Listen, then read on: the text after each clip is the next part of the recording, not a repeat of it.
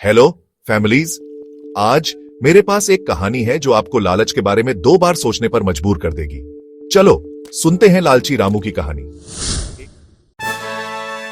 छोटे से गांव में रामू नाम का एक किसान रहता था।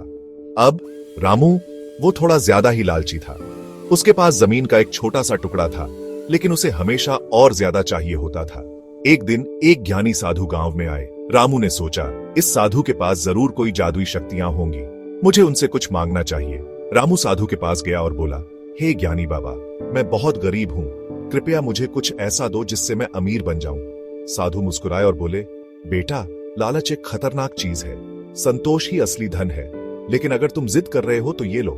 साधु ने रामू को एक छोटा सा बीज दिया और कहा, इस बीज को बो दो और तुम्हें वो मिलेगा जो तुम चाहते हो। रामू बहुत खुश हुआ। वो बीज घर ले गया और उसे बो दिया। अगले दिन उसने देखा कि एक पौधा उगाया है जिस पर एक सुनहरा फल लगा है। रामू को अपनी आंखों पर यकीन नहीं हुआ। उसने फल तोड़ा और पाया कि वो सचमुच सोने का बना था। रामू ने सोचा, ये तो कमाल है, मुझे और फल चाहिए। उसने पौधे की ज्यादा देखभाल की और जल्द ही उस पर और सुनहरे फल लग गए। रामू ने फल बेचे और बहुत सारा पैसा कमाया, लेकिन उसका लालच बढ़ता ही गया।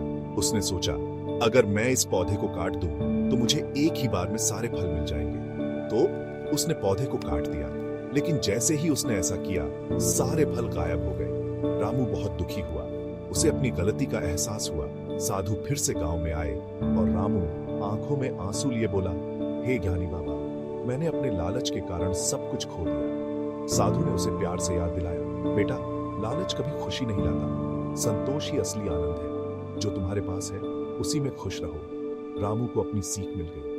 उसने साधु से माफी मांगी और वादा किया कि वो फिर कभी लालची नहीं बनेगा। उसने अपनी बची हुई जमीन पर मेहनत की और एक संतुष्ट और खुशहाल जीवन जिया। याद रखना दोस्तों, लालच एक बुरी चीज है। संतुष्ट रहो और जो तुम्हारे पास है उसकी कद्र करो।